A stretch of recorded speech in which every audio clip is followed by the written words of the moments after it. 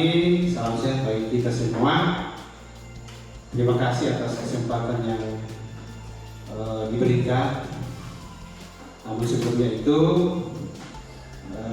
salah satu tuntutan tugas kami yaitu membuat aksi nyata bagaimana menyebarkan pemahaman tentang budaya positif. Sebelum saya lanjut, izinkan saya menyapa Ibu dengan hormat Ibu Kepala Sekolah,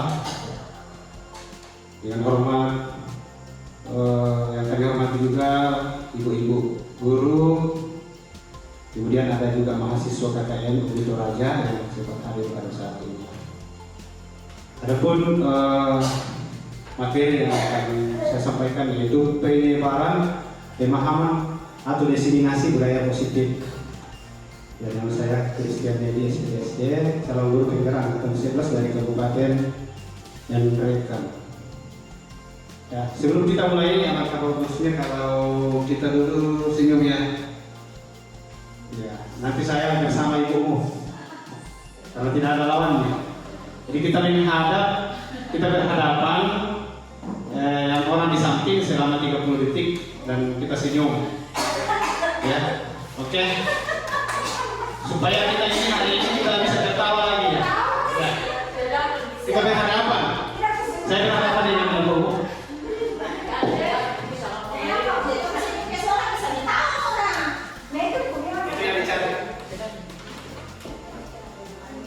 Waktu ya kita pakai buku dulu.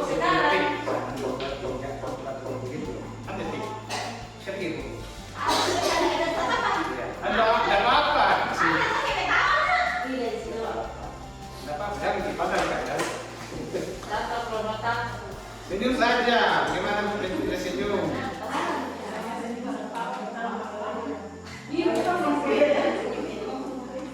Oke. Jadi itu semacam speaking untuk bagaimana kita mengingatkan kembali. Bayangkan tadi pagi bangun sampai pada saat ini kita masih diberikan kesehatan, itu kita syukur semua, kita masih bisa tersenyum. Itu bisa terjadi karena kita masih diberikan kekuatan daripada Allah Subhanahu wa Ta'ala, Tuhan pencipta kita. Lanjut. Ya. Sebelum kita lanjut, kita membuat dulu kesepakatan supaya kita bisa sepakat supaya diskusi kita ini, forum diseminasi kita ini berjalan dengan lancar. Jadi pertama kita menghargai siapapun itu. Ya, jadi sebentar orang berbicara,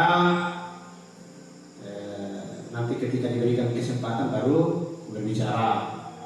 Kemudian kedua, kita menjadi pendengar yang baik. Ya, artinya bahwa menjadi pendengar yang baik, jangan orang berbicara, kita juga berbicara. Ya, tambahkan lagi Bu Sumar. Ada lagi? Ya?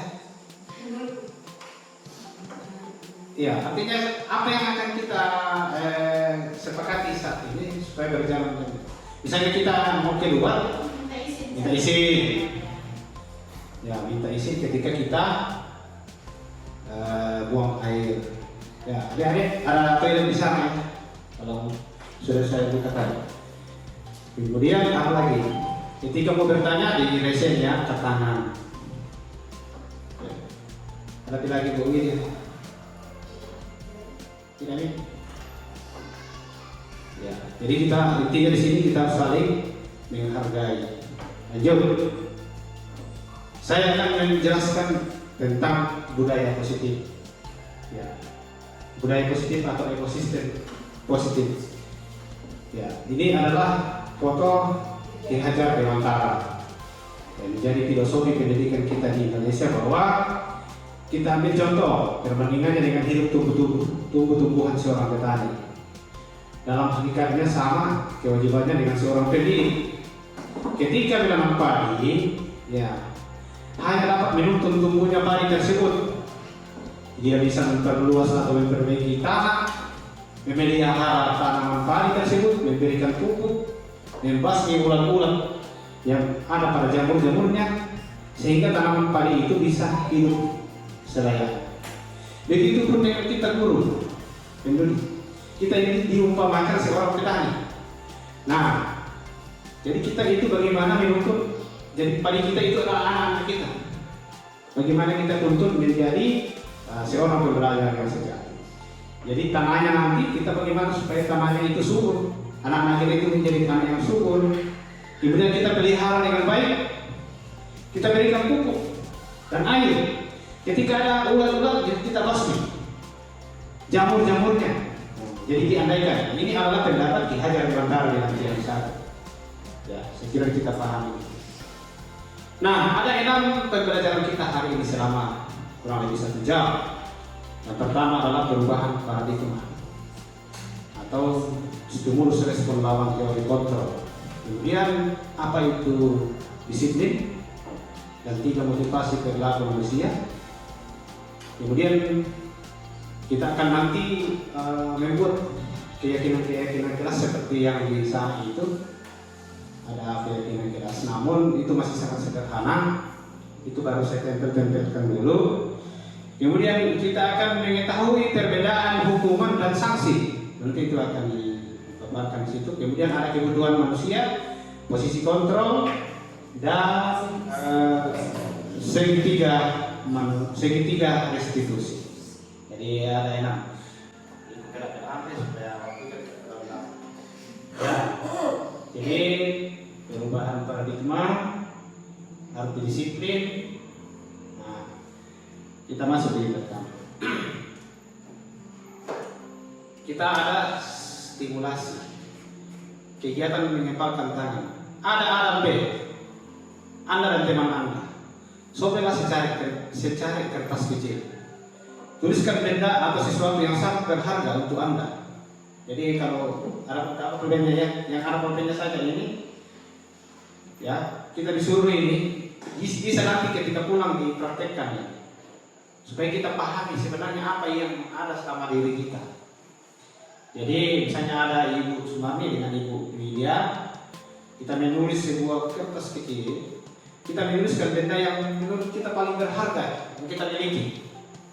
Kita letakkan di salah satu tangan kita genggam erat-erat tulisan tersebut, ya. Kemudian si B, kita suruh untuk membuka. Apakah kita mau membuka atau tidak? Karena itu yang kita pegang itu, kita anggap itu adalah sebuah yang sangat-sangat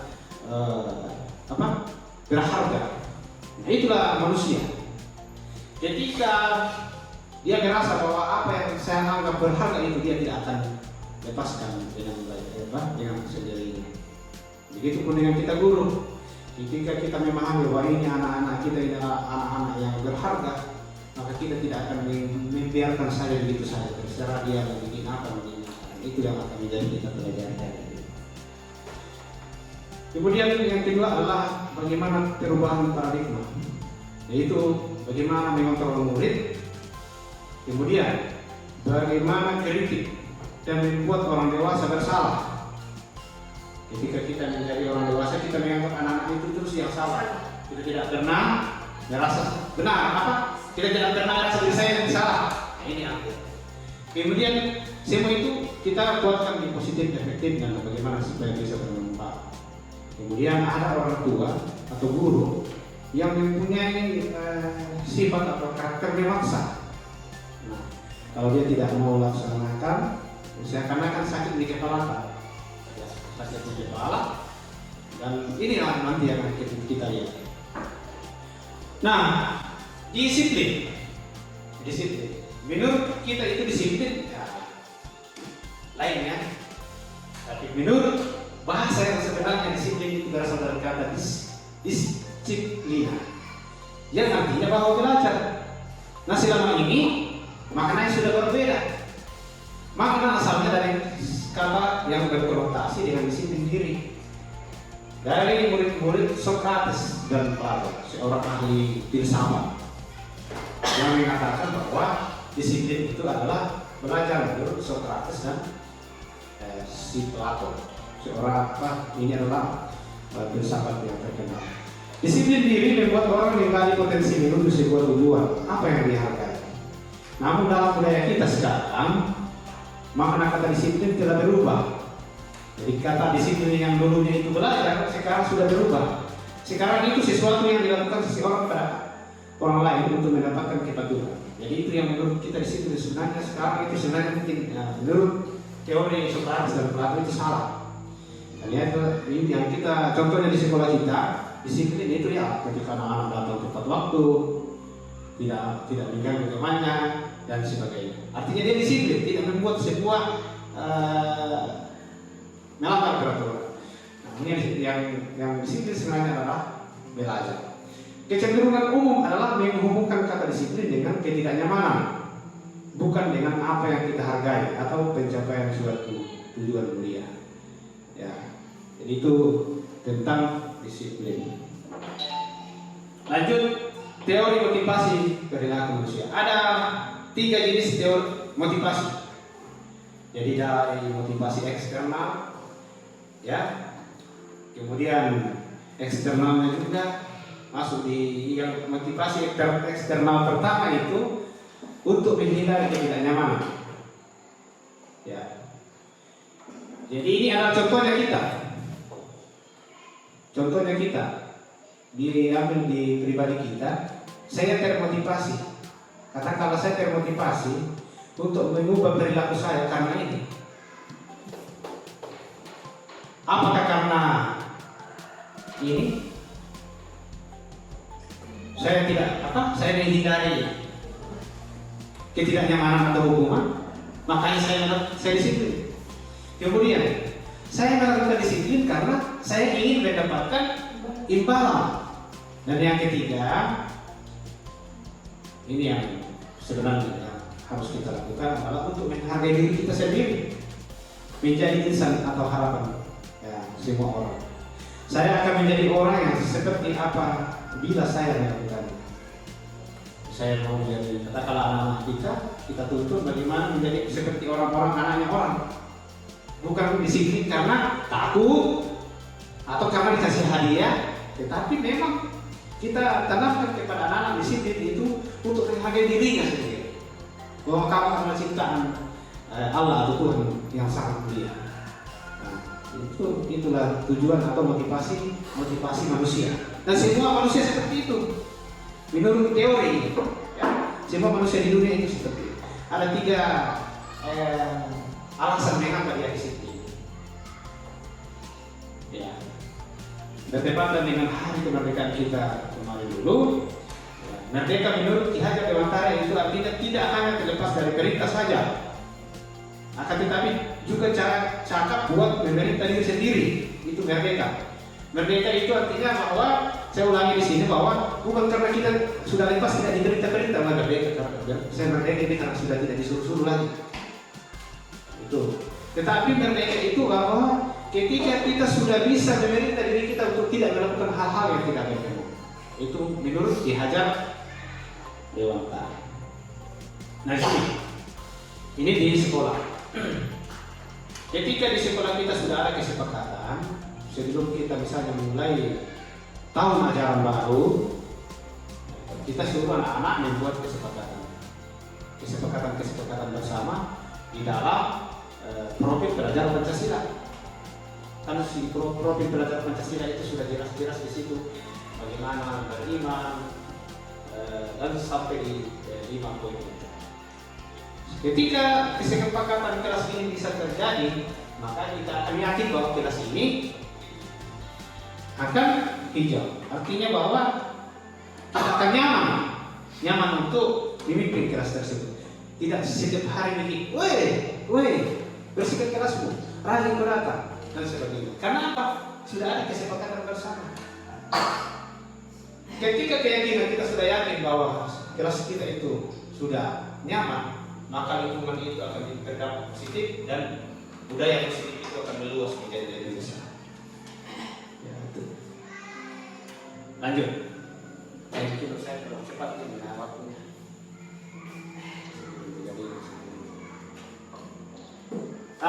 Sekarang kita akan berpikir kebutuhan dasar manusia. Karena katanya Mbak Martin dan teman-teman rekan-rekan semua, ketika salah satu kebutuhan kita itu tidak terpenuhi, maka disitulah terjadi pelanggaran. baik itu di rumah maupun di sekolah. Ya, kita yang berkeluarga kita sudah bisa memahami. Ketika di rumah salah satu kebutuhan anak, kebutuhan istri, kebutuhan suami tidak terpenuhi, maka kita tidak sangka-sangka akan terjadi yang namanya pelanggaran. Sama dengan di sekolah. Di sekolah, ketika anak-anak kita ada pelanggarannya, berarti salah satu kebutuhannya itu tidak terpenuhi. Contoh, tapi nanti kita akan bahas supaya ini tidak waktunya tidak terlalu lama. Contoh anak-anak yang katakanlah terlambat. Jangan kita langsung kata, terlambat terus kok kamu, terlambat terus. Kita harus dulu melihat apa kira-kira kebutuhannya yang tidak terpenuhi. Ya, ini nanti yang akan kita lihat. Ketika seorang murid melakukan suatu perbuatan yang bertentangan dengan nilai-nilai kebajikan atau melanggar peraturan, hal itu sebenarnya dikarenakan mereka gagal memenuhi kebutuhan dasar. Jadi ketika seorang murid melakukan suatu pelanggaran, baik pelanggaran di rumah maupun di sekolah secara khusus, yang bertentangan dengan nilai-nilai kebajikan itu sudah banyak. Misalnya menghargai sesamanya, rajin datang sekolah, dan menghargai guru dan sebagainya. Dia melanggar peraturan. Ini karena apa? Dia gagal. Salah satu kebutuhannya atau dua kebutuhannya itu tidak terpenuhi. Apa itu? Bertahan hidup. Banyak anak-anak tidak terlambat ke sekolah karena apa? Pagi-pagi dia harus membantu orang tuanya. Karena dia harus bertahan hidup. Itu kebutuhan manusia. Jadi jangan langsung kita statement anak-anak bahwa dia terlambat terus ke sekolah karena mungkin dia disengaja. Tetapi karena ini kebutuhan bertahan hidup, apalagi di daerah-daerah yang pedalaman ini masih banyak terjadi karena dia harus membantu orang tuanya pagi-pagi. Kemudian apa? Kedua, kebutuhan akan kasih sayang dan rasa diterima. Salah satu ini biasa terjadi di rumah. Ya, kita sudah tidak memberikan kasih sayang kepada papa atau mama atau kepada anak-anak, maka lama-kelamaan akan terjadi pelanggaran. Dan di sekolah lagi. Kemudian kebutuhan akan atas penguasa.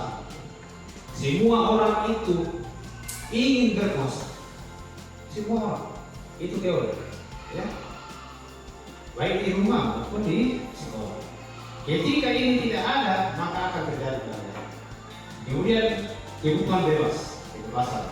Kebutuhan kebebasan ini sangat penting. Oleh karena itu kita tidak boleh mengekang anak-anak. Ketika kebebasannya itu ditekan, maka akan terjadi yang namanya. Dan yang terakhir kebutuhannya adalah kesenangan. Manusia bukan cuma anak, kita orang dewasa saja seperti itu. Kita butuh kesenangan. Makanya biasa butuh represi. Ketika dia tidak terpenuhi itu, maka akan terjadi yang namanya. Ini keyakinan keras, hukuman dan Mengapa bukan peraturan saja? Di kurikulum mereka sekarang, itu sudah tidak nyaman lagi kita menggunakan namanya hukuman. Sudah tidak nyaman lagi kita menggunakan namanya penghargaan. Dulu ketika juara satu itu dikasih hadiah, tapi sekarang sudah tidak seperti itu lagi. Kenapa? Ya karena kalau dikasih hadiah nanti tidak dikasih hadiah lagi, dia tidak mau belajar. Ya begitu. Kemudian mengapa kita memiliki peraturan harus menggunakan helm? Nah, ini contoh ya. Ini contoh. Ini pertanyaan tematik. Ya, mengapa tidak peraturan saja?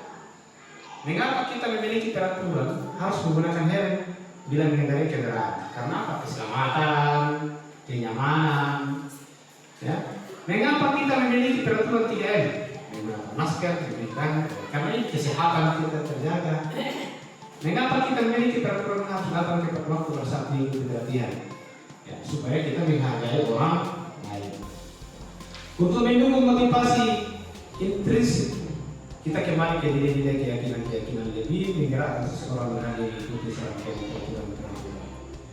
Jadi lebih baik kita itu menggerakkan orang lain dibanding ketika kita mengikuti aturan-aturan. Ya. Jadi jangan karena takut ditilang polisi, maka kita menggunakan helm. Tetapi yang kembali tadi kita itu supaya kita nyaman dari kesehatan, ibu kenyamanan, benturan, ya, saya kira. Ini contoh kesepakatan kelas. Sebenarnya ini kita bisa praktekkan, ya. Nanti kalau masih ada waktu. Ini contoh kesepakatan di TK Ramah Wanita Kesatuan.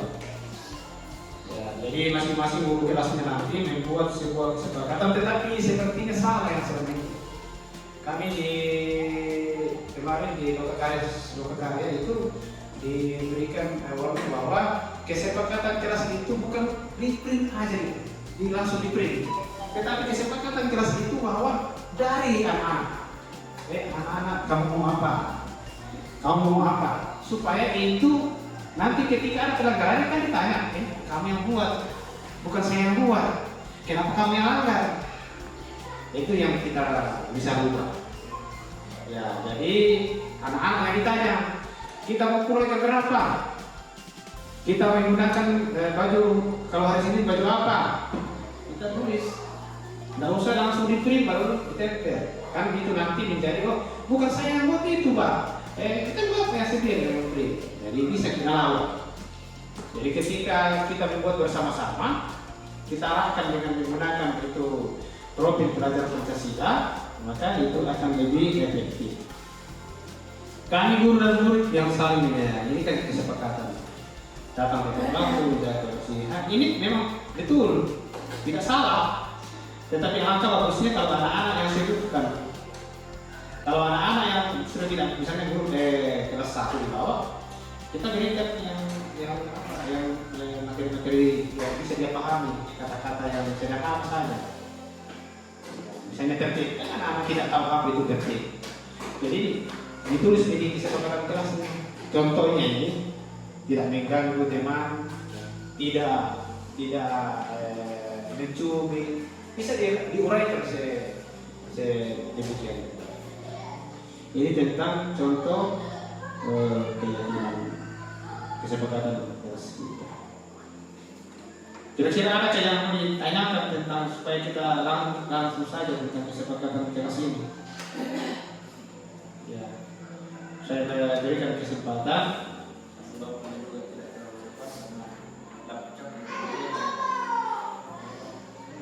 Ya, Ibu umum kira-kira ada yang bisa ditanyakan. Nanti kita berbagi. Jadi kami yang mengikuti CGP ini sebenarnya kan baru juga ini. Nanti kita saling berbagi, kira-kira bagaimana kesepakatan kelas yang kita rancang bersama. Intinya bahwa kesepakatan kelas itu berhubungan dengan profil pelajar Pancasila. Ini, kalau tidak ada pertanyaan, saya bertanya. Ya, nilai-nilai kebajikan itu kan di profil pelajar Pancasila kan kita sudah tahu ya, saling menghargai dan sebagainya. Selalu kembalikan buku ke tempatnya. Kebajikan apa itu? Disiplin prakanya apa rakyat? Itu kan ini kebajikan. Selalu kembalikan buku ke tempatnya. Dilarang mengganggu orang lain. Ini kan peraturan. Nah, kita membuat di keyakinan keras berhubungan dengan ini kebajikan apa yang dia tuju. Apakah itu berhubungan dengan disiplin, saling menghargai, kesehatan. Ini kan kesehatan ya. Dan gantian giliran apa itu? Ya Bu, coba kita berpikir-pikir dulu supaya silakan.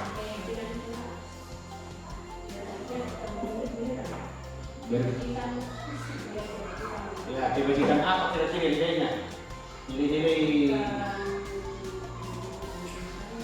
dilarang menggunakan narkoba, nilai kebajikan apa itu? Kan ada nilai kebajikan saling menghargai, gotong royong, apa lagi? Disiplin, kesehatan, kenyamanan, kesenangan dan sebagainya. Hadir sekolah sebelum pembelajaran. Ya, oke, ini dan nilai kebajikannya. Ketika kita selalu kembalikan buku ke tempatnya, berarti anak-anak itu sudah punya tanggung jawab. Kita kan bisa menilai itu. Ketika kita dilarang dengan orang lain, berarti kita sudah bisa menghormati orang lain dan diri sendiri. Dan bawa hadir di sekolah 15 menit sebelum pembelajaran itu, berarti kita menghormati orang lain. Siapa yang dihormati adalah pimpinan kita, teman-teman kita, komitmen pada tujuan apa? Komitmen dari. Kemudian dilarang melakukan kekerasan. Di sini nilai-nilai kebajikan yang itu adalah menghormati orang lain, jaga keselamatan. Dilarang menggunakan narkoba. Ini kan semua peraturan. Kesehatan, pergantian, minum giliran. Ini banyak kita temukan dulu di SMA. Dia punya peraturan biasa di sekarang sudah diganti dengan namanya keyakinan kelas.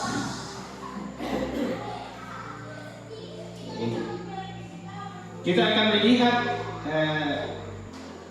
apa itu hukuman, apa itu sanksi. Saya kira Bapak Ibu guru, ibu guru dan rekan-rekan PKN ya bisa mengetahui, bisa membedakan mana hukuman dan mana sanksi atau konsekuensi. Ya, saya kasih kesempatan 5 menit untuk melihat ini. Ketika kita mencatat 100 kali dalam buku kalimat, saya tidak akan terlambat lagi. Apakah itu termasuk hukuman kah? Ataukah termasuk sanksi? Oh. Bisa bersama-sama di sampingnya. Kita diskusikan ini.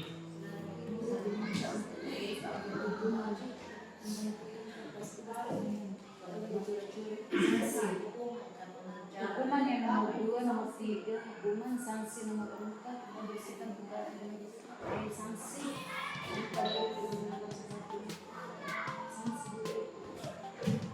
Ya, saya sudah ada yang tertentu tapi ini simpan dalam hati saya dengan jawabannya. Apakah itu hukuman? Apakah itu sanksi? Sudah tahu mana hukuman?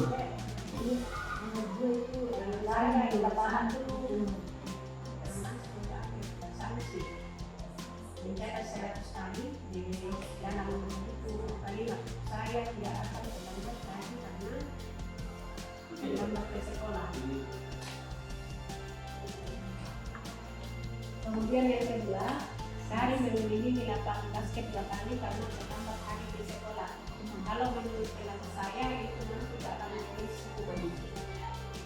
Untuk yang keduanya, ya hari mengunjungi lapangan basket 2 kali karena terlambat hari di sekolah. Jadi masuk dalam kategori hukuman. Yang ketiga, hukuman berbeda. Coba kita kembali kesempatan kita dulu. Kita apa namanya? Ibu yang berbicara setelah itu. Silakan. Ya, yang tertangan dulu. Ada kesempatan lagi.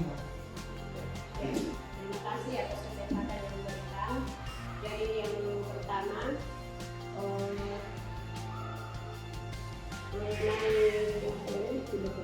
perbedaan antara memberikan tanggapan terhadap perbedaan antara hukuman atau sanksi. Jadi saya mulai dari pernyataan pertama, menyatakan mencatat 100 kali di dalam buku kalimat, saya tidak akan terlambat lagi karena terlambat ke sekolah. Jadi untuk pernyataan ini menurut saya adalah termasuk sanksi. Berikut yang kedua, lari mengelilingi lapangan basket 2 kali karena terlambat hari di sekolah. Jadi untuk pernyataan yang kedua, menurut saya ini termasuk sanksi. Saya kira untuk pernyataan ini. Ya, terima kasih banyak Ibu. Kalau lagi yang mau sampaikan yang poin ke 3 dan ke 4, ya, silakan Bu. Ada dulu. untuk poin kedua, menurut saya itu merupakan hukuman. Kalau saya lari mengelilingi lapangan basket 2 kali karena terlambat hadir di sekolah, hukuman bagi saya, karena menurut saya itu semacam hukuman yang walaupun anak terlambat tidak perlu diadakan hukuman mengelilingi, cukup memberikan arahan, pertanyaan kenapa terlambat, bagaimana, apa penyebabnya dia terlambat. Yang ketiga, poin ketiga, murid diminta untuk push up 5 kali karena tidak menggunakan masker ke sekolah, itu semacam hukuman. Tapi kalau memang itu berupa aturan itu bahwa harus pakai masker ke sekolah, berarti masuk di sanksi. Jadi 2 poin di nomor 3 itu bisa juga sanksi, bisa juga berupa hukuman. Kalau memang masker diharuskan kalau anak memakai ke sekolah, berarti itu semacam sanksi. Tapi kalau memang tidak diwajibkan, itu berupa hukuman. Kalau saya. Oke, bagus ya. Kira kita pahami semua. Ada lagi yang mau menyampaikan yang satu kali lagi, silakan Bu.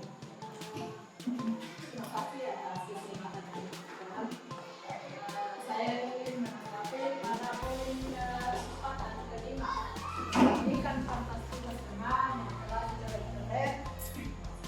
Saya itu termasuk konsekuensi. Kemudian membersihkan tumpahan air di meja tulis karena tersenggol pada saat belajar. Itu juga termasuk konsekuensi. Kenapa saya pilih konsekuensi di sini? Karena dia dari pernyataannya bahwa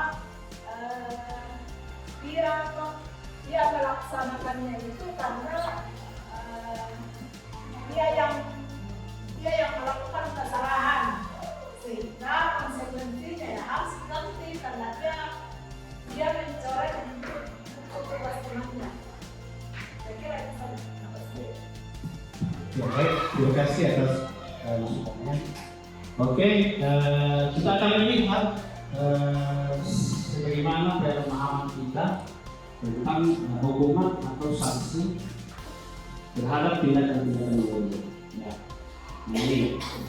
Jadi bicara 100 kali itu termasuk hukuman. Karena kita menyuruh anak mencatat, tidak. Ya, itu kan hukuman. Dihukum.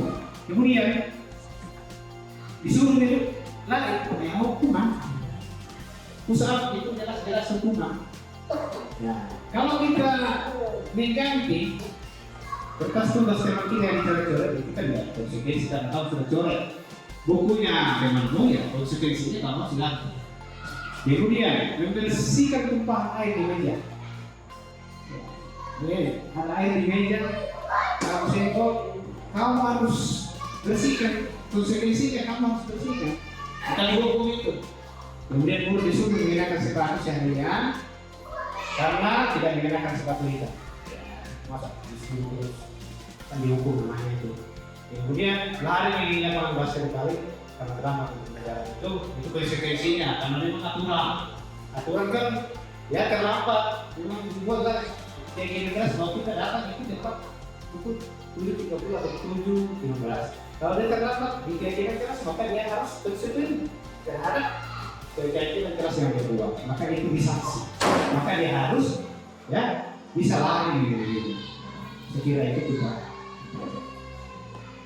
Nah ini perbedaannya. Apa itu hukuman dan apa itu sanksi? Kalau hukuman itu sesuatu yang menyakitkan harus terjadi, membuat anak sakit, fisiknya maupun hatinya untuk jangka waktu yang lama. Kemudian hukuman, anak akan membenci kedisiplinan. Kemudian paksaan, dia akan terpaksa melakukan. Berikut, mendorong anak menyakiti diri sendiri. Jadi kalau kita paksa terus itu anak, dia akan merasa tersakiti hatinya, maka dia bisa menyakiti dirinya sendiri. Kemudian konsep dirinya yang juga akan menjadi buruk ke depan. Terganggu psikisnya, terganggu semuanya karena disuruh teruskan. Bayangkan disuruh terus, mungkin kita guru-guru lama, guru-guru tua, ini semua yang kita dapat. Saya dipukul di tiang bendera tuh. Dipukul karena ada kesalahan. Sampai sekarang masih ingat. Ya, guru-guru lama yang dulu. Sekarang kita sudah masuk di orang lain. Kemudian anak belajar untuk menyembunyikan kesalahan. Ya, ini kita pahami ya. Karena kita hukum, maka dia akan kita ajari untuk sembunyikan itu kesalahannya. Dia tidak dari hati. Dia pura-pura saja. Terlambat disuruh push up. Supaya apa? Ini itu kalau kita suruh push up, capek kan? Dia capek, dia sakit. Dan dia akan apa? Dia tidak akan mengakui bahwa itu biasa. Karena itu sudah sakit. Dan terus dia akan marah. Dia akan merasa bersalah. Dia akan merasa dipermalukan. Dan sekali dia itu tidak ada. Ya, mana yang betul. Kemudian sanksi ya. Kalau sanksi itu ya sesuatu harus terjadi. Karena ada yang tadi ini keyakinan kelas. Ya. Yang buat anak merasa tidak nyaman mengajar waktu pendek. Memang tidak nyaman, tetapi hanya waktu itu karena dia teman-temannya sudah tahu oh kalau kita terlambat kita kan biasanya memang itu terjadi karena dia lari disuruh lari karena memang bermain di situ dia tidak akan merasa malu karena memang seperti itu. Kemudian anak menghargai disiplin. Dia itu ketika distimulus dia akan menanggapi langsung. Kemudian mendorong anak agar mudah menyisihkan diri. Konsep diri yang baik, anak belajar yang pilih peraturan, dia akan membuat dirinya bersihkan sebentar. Ini hanya sebentar saja. Bicara praktik sebagai anak ketika kita memberikan sanksi. Berikut ini 5 posisi kontrol kita sebagai manusia. Dan ini berlaku bagi semua manusia. Ya. Kita guru atau kita sebagai orang tua guru, kita sebagai orang tua di rumah itu ini semua. Nanti saya akan menanyakan kita di mana kira-kira dengan jujur. Apakah kita masuk menghukum? Apakah kita itu masuk di membuat orang merasa bersalah? Apakah kita itu termasuk teman atau manajer? Guru, ini guru ya. Guru yang selalu menghardik, menunjuk-nunjuk, menyakiti, menyindir. Nah ini termasuk orang yang penghukum, ya. Guru yang suka berceramah, seharusnya kamu harus begini, karena kalau tidak begitu, kok saya kecewa. Itu termasuk orang yang berbuat masa bersalah. Nah, kalau ada guru yang merasa teman, tidak ada lagi teman. Saya pergi di sana, saya pulang lagi itu bilang kemarin, itu dia jadi teman. Nah, kemudian teman tahu dia ini hitung dan mengukur, dia bersalah, ini di sana itu terdalam. Nah, kemudian dia manajer. Itu yang dia buat. Nah kalau kita menjadi manajer, kita hanya mengajukan pertanyaan-pertanyaan saja kepada anak-anak. Berikut, apa kata guru? Kalau kita kemudian ini hanya contoh ya. Kalau kamu tidak melakukan, awas ya, kalau salah. Ya, mohon maaf ya, tidak ada yang tersebut. Kita ini belajar semua. Ya, saya juga seperti ini. Ya, nanti kita akan sadar sendiri bahwa ternyata saya ini begini. Kalau guru yang tipe-tipe membuat orang merasa bersalah, ya dia mengatakan begini, kamu seharusnya kamu sudah tahu, ibu segala sekali mengatakan ibu stres ini nak. Dari anak-anak itu, guru stresnya bisa melakukan anak itu stres. Tapi anak ini semua efeknya. Kemudian kalau dia tenang, ayolah lakukan menjadi ibu. Masa kamu tidak ini, masa kamu tidak mau, ini tidak itu tidak punya. Bantulah ibu, itu kan menjadi teman. Kemudian memantau, ini orang yang menjadi pemantau atau sifat guru yang sifatnya memantau itu jangan baik ini. Apa peraturan? Apa peraturannya? Kalau peraturan dulu lakukan. Kalau tidak, itu kan pemantau. Nah, kalau manajer, apa yang kita yakini, apa yang kita sudah yakini di kelas, apa yang kita sudah buat di kelas, itu yang kita lakukan. Hasilnya apa? guru yang di PP hukum itu akan menghasilkan orang yang selalu memberontak, menyalahkan orang lain untuk berbohong. Kemudian guru yang ini dia menyembunyikan. Kalau ini, kalau tidak ada itu guru itu, maka dia tidak lagi menjelaskan. Kalau tidak ada itu teman, jangan anggap teman tadi yang guru itu, anggap teman. Kalau tidak ada misalnya konsumsi atau lebih, oh dia tidak melanggar lagi. Kalau ini menyisihkan diri saja. Kalau tidak ada teman, maka anak dia buat kesalahan lagi. Nah ini, kita lihat usahakan nanti di sini. Tadi berlahan, tidak mungkin langsung. Wah ya langsung berubah ini. Saya mau langsung menjadi manajer. Nah tidak ada di antara kita yang menganggap bahwa kamu semua kita mempunyai kelemahan masing-masing. Nah, anak-anak itu kan dituntun. Menurut kiasan Dewantara bahwa kita itu menuntun anak-anak seperti padi tadi. Nah, nanti ketika menjadi anak yang besar, orang dewasa dia akan berkualitas. Dia akan seperti ini, dia akan dibuat kualitas dia, tetapi di luar caranya. Mungkin dia sudah kerja menghasilkan banyak duit, tetapi apa? Nah, pakai bahan yang minum, miras, pakai bahan yang gagal, dia tidak merasakan bahwa aman. Itu tentang dunia. Lebih ini, ketika kita mana ya? Ya berusaha, nanti juga marah-marah lagi. Ya kan, ada ini. Kalau kita marah, kemudian kalau ya, oke. Saya kira itu nanti kita nonton dulu. Saya tidak tegang. 5 posisi kontrol manusia. 5 posisi kontrol manusia. Salam bahagia Ibu dan Bapak Guru hebat.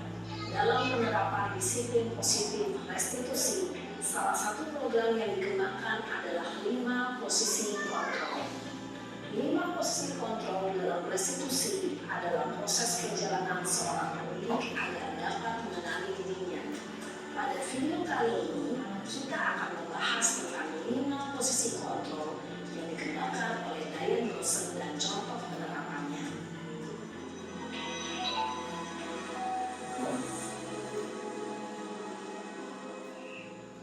5 posisi kontrol itu adalah 1.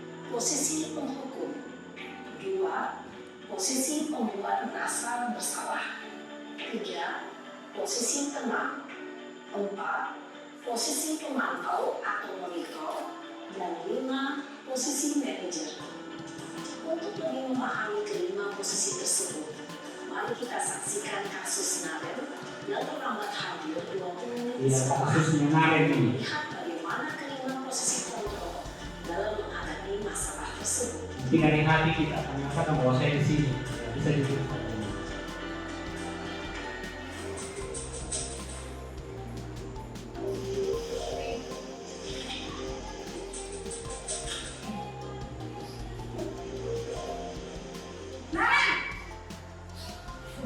Sini kamu! Selalu terlambat. Kamu deh, pasti terlambat. Saya Apa? Apa coba? Alasan kamu apa lagi? Kapan sih kamu tidak terlambat? Malas sekali ya kamu jadi anak. saya Dasar pemalas. Gak kapok-kapok sih kamu. Sudah berapa kali terlambat? Sana, kamu keliling lapangan basket 2 kali. kenapa saya harus ke lapangan basket, Bu? Kenapa? Kamu melawan ibu. Berani-beraninya jawab. Sudah terlambat, masih berani jawab pula. Sekarang, keliling lapangan basket 5 kali sekalian. Biar kapok. Cepat. Pergi sana ke lapangan basket. Posisi penghukum biasanya berbicara dengan nada tinggi, menghardik, menunjuk-nunjuk, menyakiti, dan menyindir. Hukuman bisa berupa fisik maupun psikis. Ibu dan bapak guru hebat, dampak yang terjadi pada murid ketika guru berada pada posisi adalah murid cenderung memberontak karena Guru tersebut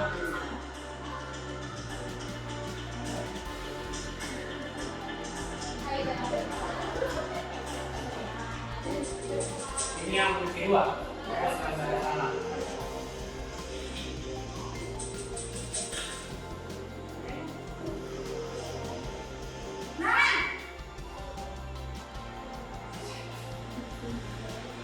Ini sebenarnya salah.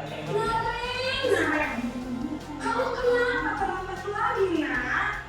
Ya Tuhan, Naren. Kamu senang ya bikin ibu susah ya?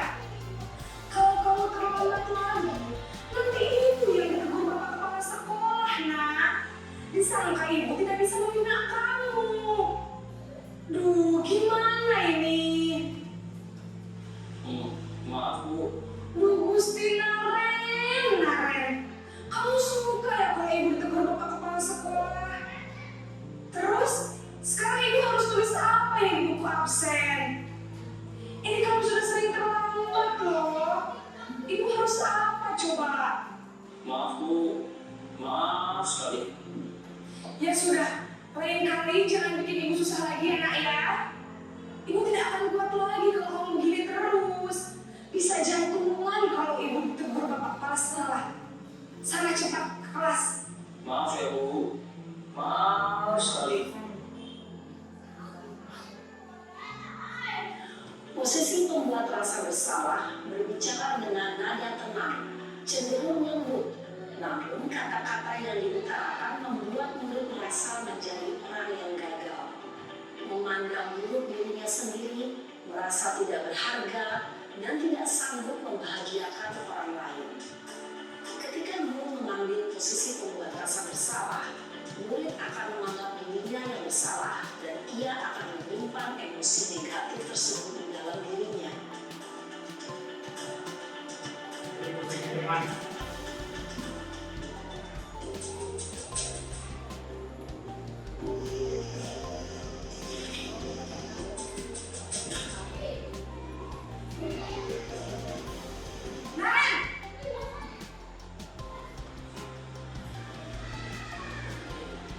Ayo Bu. Wah, sudah jam berapa ini, nak? Terlambat lagi ya saya. Iya Bu. Habis ibu saya udah membangunkan saya Bu. Kamu mau menyalahkan ibu kamu. Kamu bukannya anak yang punya paling kencang. Kok terlambat sih? Iya Bu. Saya memang terlambat bangun tadi. Jadi biarpun saya lari kencang, tetap nggak kejar Bu. Ya sudah sana. Nanti lain kali larinya lebih kencang lagi ya. Jadi terlambat lagi. Bikin seneng ibu demi ibu. Bisa kan? Bisa Bu. Ya sudah sana masuk kelas. Ibu beresin urusan absen kamu. Kamu ini ada-ada serang aja.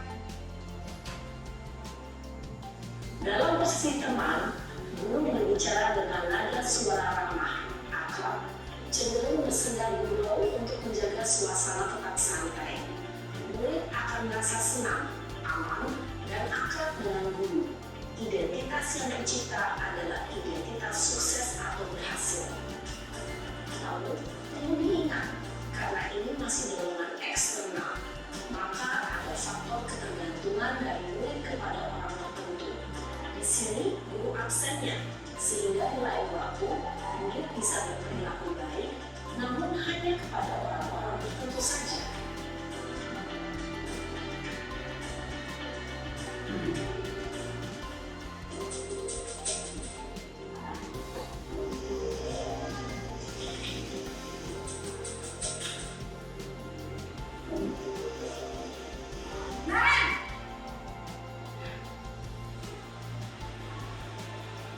Selamat pagi Bu. Naren, apa peraturan sekolah kita tentang jam berapa kita harus masuk sekolah, nak? Kita harus di sekolah jam 7 Bu. Iya betul, sekarang sudah jam 7.20. Naren sudah tahu konsekuensinya jika terlambat hadir. Lalu saya harus tinggal kelas pas jam istirahat selama 20 menit. Ya benar, konsekuensinya demikian. Jadi nanti jam 9.30 pas istirahat, kamu harus tinggal di kelas, kerjakan tugas tambahan untuk ketertinggalan kamu, ya? Baik Bu. Posisi pemantau mengandalkan penghitungan atau data untuk mengontrol murid. Guru mengarahkan murid berdasarkan peraturan dan konsekuensi. Seorang pemantau menunjukkan bahasa tubuh dan ekspresi wajah yang datar dan cenderung formal.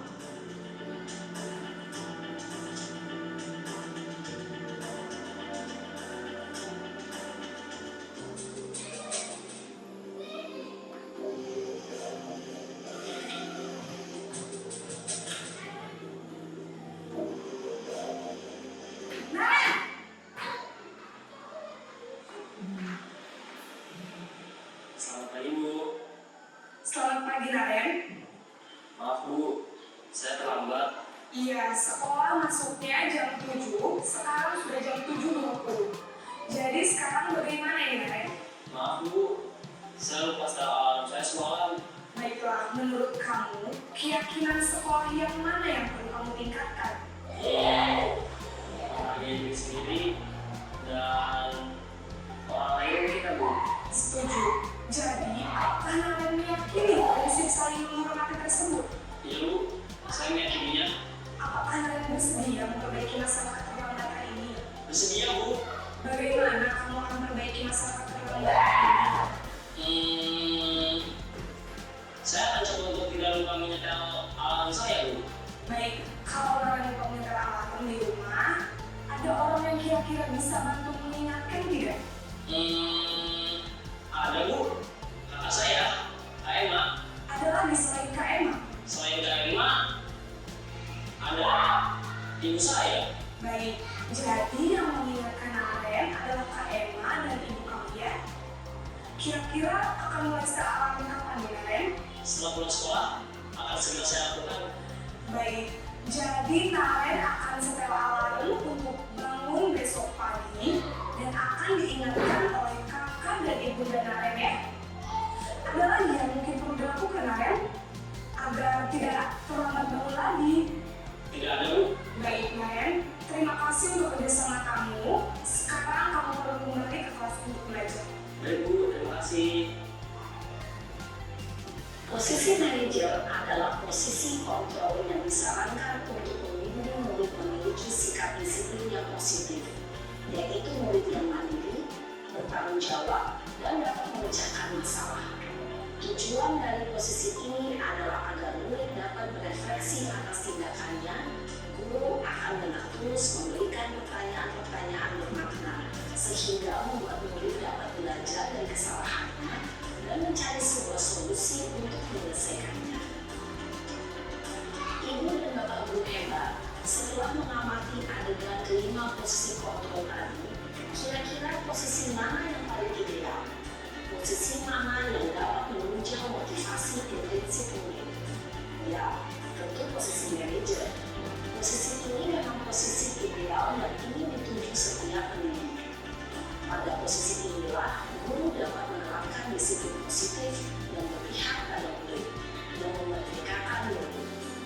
Perjalanan seorang pendidik tentunya tidak mudah untuk sampai pada posisi seorang manajer. Namun, tujuan kita pasti, yaitu menciptakan murid-murid yang mandiri, merdeka, dan bertanggung jawab. Semoga penggambaran 5 posisi kontrol yang telah diperlihatkan ini dapat menjadi ajang refleksi bagi kita semua, agar dapat terus mengasah dan menerapkan disiplin positif yang memerdekakan murid. Mari terus berlatih dan bersemangat. Selamat menerapkan. Salam dan bahagia, Ibu dan Bapak Guru hebat. Itu tadi tentang Video tentang 5 posisi kontrol kita sebagai pendidik. Nah, kita kembali refleksi diri kita bahwa kira-kira saya di mana. Saya di mana dan bagaimana untuk sampai di posisi manajer tadi. Dan dikatakan bahwa itu tidak gampang, tetapi harus kita sebagai pendidik bagaimana caranya untuk sampai ke sana. Inilah yang akan kita lihat beberapa minggu lagi ke depan caranya untuk sampai di situ. Jadi ini ya, jadi tadi tentang hukum, apa akibatnya, ya, adanya dan bagaimana. Ini tadi sudah dijelaskan oleh video. Sekarang kita masuk di segitiga restitusi. Untuk tadi kan ada pelanggaran. Ada pelanggaran karena ada kebutuhannya yang tidak terpenuhi. Oleh Sinaren ini terlambat terus ke sekolah. Jadi kita lihat lagi apa kira-kira yang kurang. Nah, kita dulu sampai di jangan kita hanya melihat saja, tetapi bagaimana kita berestitusi. Bukan lagi namanya menghukum. Ya, jadi sekarang istilahnya lagi adalah restitusi. Restitusi adalah proses menciptakan kondisi bagi murid untuk memperbaiki kesalahan mereka, sehingga mereka bisa kembali pada kelompok mereka itu dengan karakter yang lebih kuat. Bukan merendahkan atau menafikan mentalnya. Ada segitiga restitusi. Jadi untuk bagaimana mengatasi pelanggaran atau ketidakberesan tersebut, maka kita menggunakan yang namanya salah satunya yang adalah konsepnya adalah segitiga restitusi. Jadi kita pendidik ketika kita mendapatkan anak yang melanggar, kita pertama adalah bagaimana kita menstabilkan identitas. Kita stabilkan identitas. Oh, contohnya, katakanlah ada satu kasus, misalnya Rehan yang selesai itu terlambat atau tidak menggunakan sepatu. Dia melanggar sepatu itu. Jadi pertama yang saya lakukan adalah menstabilkan identitas kepada si Rehan. Pertama kita mengatakan bahwa semua orang itu pasti merasa bersalah, tidak ada manusia yang sempurna. Tidak usah langsung kenapa begini terus. Itu ya, karena kita tidak tahu apa kekurangannya. Kemungkinan dia itu salah satu kebutuhannya itu tidak terpenuhi, yaitu adalah bertahan hidup. Kemungkinan kasihan di rumahnya tidak ada yang diberikan. Jadi langsung jangan kita mengukur anak itu dari diri kita. Saya mampu, anak itu pasti mampu. Ya, kita stabilkan dulu identitasnya supaya dia itu tidak langsung tersinggung atau dalam rumah. Setelah itu kita validasi, kita mengatakan, kamu pasti punya alasan ya. Kenapa kamu tidak melakukan itu? Pasti dia akan jujur.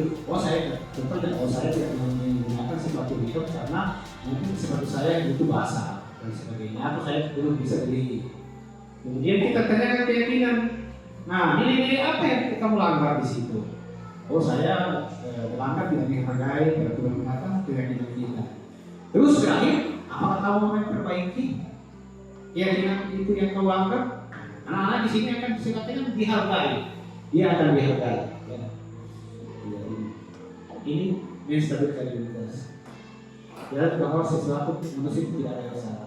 Jadi bapak ibu semua, ini contoh ketika kita menghadapi anak yang melanggar. Ini pertama yang kita lakukan. Tidak usah kita langsung masuk di intinya. Yang pertama kita sampaikan, kita stabilkan identitas anak tersebut. Kita tanya dulu. Ya, bahwa manusia itu tidak ada yang sempurna, tidak ada yang manusia yang semuanya tentu semuanya apa yang dibuat, supaya anak itu merasa diangkat. Ya. Kemudian ya kita tertarik untuk menggali apa kira-kira kesalahan, kenapa dia berbuat seperti itu. Nah, kita validasi. Kamu pasti aku punya alasan pasti mengapa kamu melakukan itu. Apa yang kira-kira kamu berdekat urusannya. Kemudian kita terakhir setelah kita validasi, kita mendengarkan keyakinan di kelas kita ini, keyakinan apa yang kau langgar, nilai apa yang kau yakin sepakati kau langgar. Apakah kamu mau berjanji untuk memperbaiki? Kira-kira itu. Apakah kira-kira bagaimana caranya ketika Sinaren tersebut ketika dia ditanya oleh gurunya, bagaimana caranya? Dia akan diingatkan oleh kakaknya dan ibunya untuk membunyikan hal. Tidak usah langsung ditancap-tancap gas kepada anak saya. Tentang itu tidak cukup. Tentang kasus Baik, ibu-ibu, ada semua, kalian guru-guru, demikianlah yang bisa saya sampaikan. Saya kira apa yang saya sampaikan ini jauh dari kesimpulan, tetapi kembali bahwa walaupun ini hanya tugas tuntutan, tetapi sebenarnya kalau kita renung-renungkan tadi ya, renungkan dan refleksikan dalam diri kita bahwa ternyata saya di sini, saya selama ini sudah keliru, ya saya selama ini sudah terlalu jauh melangkah. Kira-kira mungkin bisa saya lakukan. Jadi demikianlah. Atau ada pertanyaan dari pengurus sebelah? Ya silakan. Saya merasa masuk itu, tapi perasaan hanya suara yang besar, tapi saya tidak pernah menghukum bilang harus hukum kali ini toh. Tapi namanya suara saya akui sebesar. Tapi kalau orang yang namanya menghukum, saya tidak pernah menghukum anak-anak. Hukumannya dengan ambil air, angkat air. Kali ini lapangan saya tidak pernah melakukan itu. Tapi kalau suara saya akui, kalau saya besar suara. Saya mau bertanya, bagaimana saya mengantisipasi itu kalau memang saya penghukum, tapi saya merasa tidak pernah menghukum anak, tapi kalau masalah suara saya, oke. Gitu. Oke, ya terima kasih. Kita saling berbagi di sini bahwa sudah dijelaskan tadi bahwa tipe-tipe orang-orang yang dikatakan dikategorikan sebagai penghukum adalah dia membentak-bentak. Kita sudah bingung.